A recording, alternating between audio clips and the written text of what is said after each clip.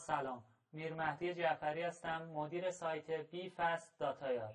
توی این ویدیو میخوام 7 گام که باعث میشه بیشترین درک از مطالعه رو داشته باشیم به شما بگم. با هم شروع میکنیم.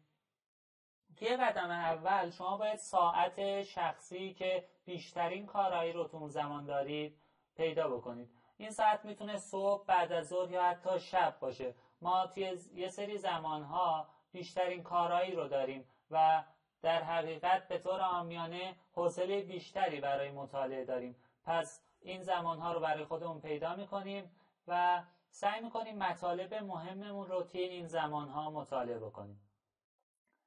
در قدم دوم ما باید محل مناسب مطالعه برای خودمون رو پیدا بکنیم. این محلیه که به ما کمک میکنه که حواسمون پرت نشه و همینطور توی اون مکان خیلی راحتیم و مطالعه برای ما یک کار لذت بخشیه. ما احتمالاً این کار برای خیلی از شما سخت باشه، ولی با تست جاهای مختلف میتونید که بهترین محل مطالعه برای خودتون رو پیدا بکنید که اون محل میتونه کتابخونه، کافی شاپ یا حتی خونه یا اتاق خودتون باشه. ولی ترجیحاً بهتره که این محل یک محل ثابتی باشه تا ذهن شما به طور ناخودآگاه که وارد اون محیط میشید شما رو وادار به مطالعه بکنه. در قدم سوم شما باید تکه زمانهایی رو برای مطالعه در نظر بگیرید.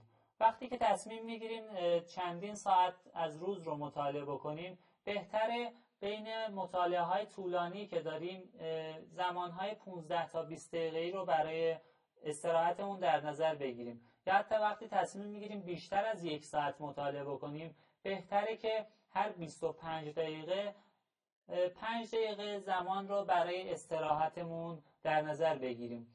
تحقیقات نشون داده که افرادی که کارهای مهمی رو میخوان انجام بدن، وقتی که 25 دقیقه میگذره تمرکزشون رو از دست میدن و همین باعث میشه که کارایی پایین بیاد.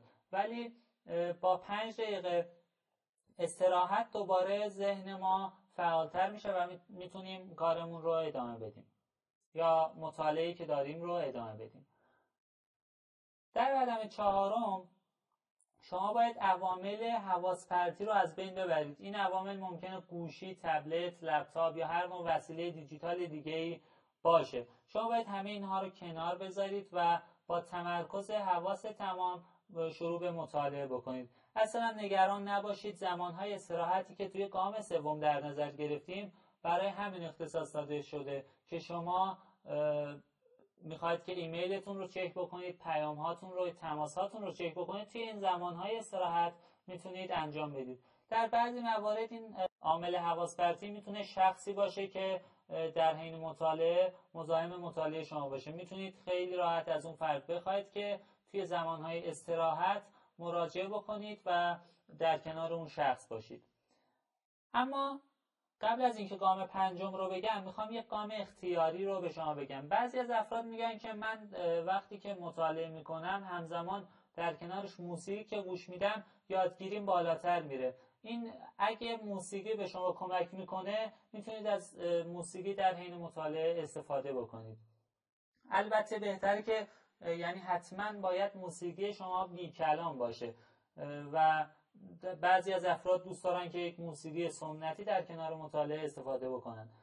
یک راه دیگه ای که وجود داره اینه که شما هدفون رو داخل گوشتون قرار بدید و بدون اینکه موسیقی پخش بشه. این باعث میشه که افرادی که میخوان به شما مراجعه بکنن وقتی که میبینن هدفون داخل گوش شما از کمتر پیش میاد که بیان و مطالعه شما رو قطع بکنن.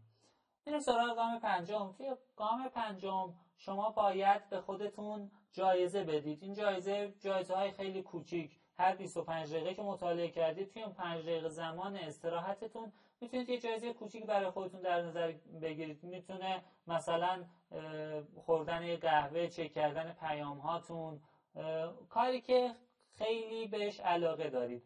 ولی نکته‌ای که وجود داره اینه که این زمان باید بیشتر از 5 دقیقه نشه و شما باید خیلی سریع این کار رو انجام بدید تا دوباره حس و حال مطالعه به شما برگرد. یه نکته دیگه این که وقتی که شما میخواید توی این زمانهای استراحت خوراکی بخورید یا نوشیدنی یا بخورید، سعی بکنید که این مواد حتما مواد مغذی باشه و به حافظه شما و ذهن شما آسیب نرسونه. در گام ششم شما باید برای مطالعه‌تون اولویت بندی و برنامه ریزی داشته باشید. اولویت بندی یعنی چی؟ یعنی که مهمترین مطالبم رو در ابتدا انجام میدم. پس ما سعی میکنیم مطالب مهم و سختمون که نیاز به درک بیشتری داره رو ابتدا انجام بدیم و باز هم در نظر میگیریم که ساعت شخصیمون که توی گام اول در نظر گرفتیم اون زمانها رو هم باید بهش دقت بکنیم. و همچنین یک جدول مطالعه برای خودتون درست بکنید که مطالعه کتاب‌ها یا مطالبی که روزانه میخواید مطالعه بکنید رو توی اون جدول به ترتیب اولویت بنویسید و توی دیوار اتاقتون یا داخل کیفتون داشته باشید که توی ذهنتون باشه که توی چه زمانهایی چه مطالعه‌ای میخواید انجام بدید. این سراغ گام آخر یا گام هفتم که میخوایم اینجا پیشنهاد بدیم که از تکنولوژی هم برای افزایش سرعت مطالعه و همچنین افزایش درکتون استفاده بکنید. نرم افزارهایی در این زمینه تولید شده که یکی از بهترین نرم افزارها در زمینه بالا بردن سرعت مطالعه و تمرکز حواس و تقویت حافظه نرم افزار IQ هست که میتونید با مراجعه به سایت که آخر این ویدیو معرفی میکنم به طور کامل با این نرم افزار آشنا بشید و اگر دوست داشتید میتونید اون رو از طریق سایت تهیه بکنید. دومین نرم افزار Summarize This هست که به شما کمک میکنه برنامه‌ریزی هایی داشته باشید و کمک زیادی برای انجام دادن بهتر گام ششم که اولویت بندی و برنامه‌ریزی بود برای شما خواهد کرد. نرم افزار بعدی نرم افزار Evernote هست که میتونه به شما کمک بکنه یادداشت‌هایی رو انجام بدید تا اونها رو فراموش نکنید. این نرم افزار رو میتونید توی تمام دستگاهاتون استفاده بکنید مثل تبلت، گوشی و لپتاپتون و یه قابلیت خیلی خوبی که داره این یادداشت‌هاتون رو بین تمام دستگاه‌های شما شیر میکنه. نرم افزار بعدی نرم افزار پاکت هست.